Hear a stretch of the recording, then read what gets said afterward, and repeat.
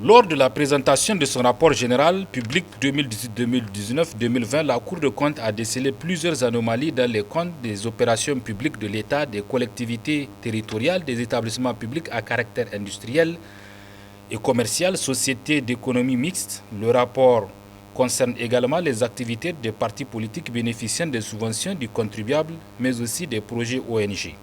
La question étant de savoir si la Cour des comptes sanctionne les détournements des deniers publics. Réponse du procureur général de la Cour des comptes, Hassan Hodi. La Cour des comptes donc, est une juridiction administrative qui ne sanctionne pas pénalement.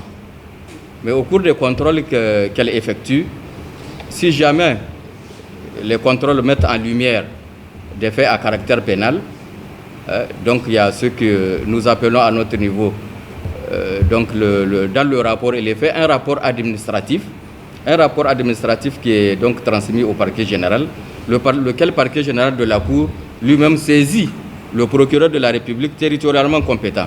Parce que c'est les juridictions judiciaires qui s'occupent du pénal.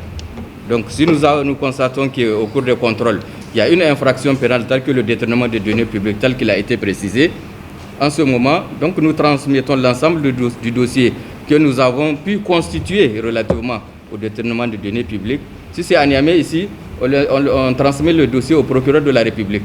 C'est à lui d'engager les poursuites contre la personne qui serait quand même reconnue éventuellement coupable à son niveau de détournement de deniers publics. Sinon, la Cour en elle-même, elle n'a pas cette compétence pour traiter du pénal. Par contre, les fautes de gestion, si nous les rencontrons, là, à notre niveau, au niveau de la Cour, ça, on les traite.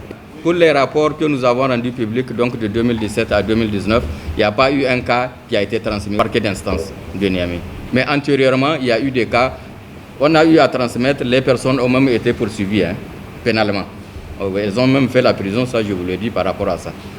Mais pour ce qui est des rapports publics actuels que nous avons publiés, il n'y a pas eu de cas de pénal que nous avons transmis au parquet d'instance. Pour ce qui est des suivis de recommandations, c'est également la même chose.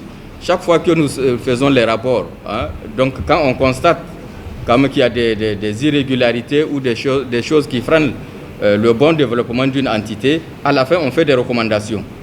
Ces recommandations, donc chaque chambre en ce qui la concerne, celles qui font les recommandations, chaque chambre essaie de suivre. Très souvent, c'est donc un responsable ou des responsables au niveau de l'entité contrôlée, c'est à elle qu'on demande de nous dire périodiquement comment elle est en train de mettre en œuvre les recommandations de la Cour. Au besoin, quelqu'un peut même se transporter au niveau de l'entité pour discuter avec les responsables de ces institutions-là pour voir si les corrections sont en train d'être apportées par rapport aux observations qui ont été faites.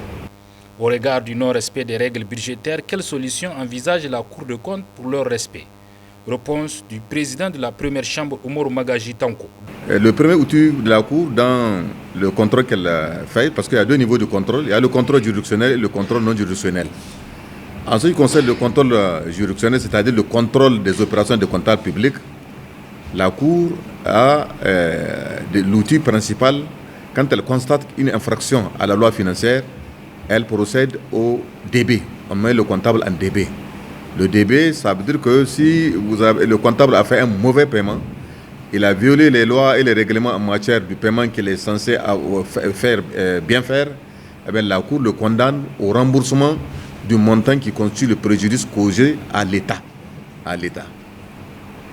Ensuite, quand nous sommes toujours en matière de contrôle non juridictionnel, quand la Cour a la capacité de constater, parce qu'en sachant en général sur le comptable, c'est normal parce que la loi dit que c'est le comptable qui doit justifier ses opérations. Mais à l'occasion du contrôle, la Cour peut sanctionner les ordonnateurs par le mécanisme des amendes. Un ordonnateur qui aura ordonné une dépense, laquelle dépense aura causé un préjudice à l'État, eh bien, la Cour a le pouvoir de sanctionner au moins des amendes. La Cour des comptes est une institution de la République avec pour mission principale de promouvoir la bonne gouvernance financière et la transparence dans la gestion des ressources publiques en exerçant un contrôle sur l'utilisation des ressources publiques. Fin.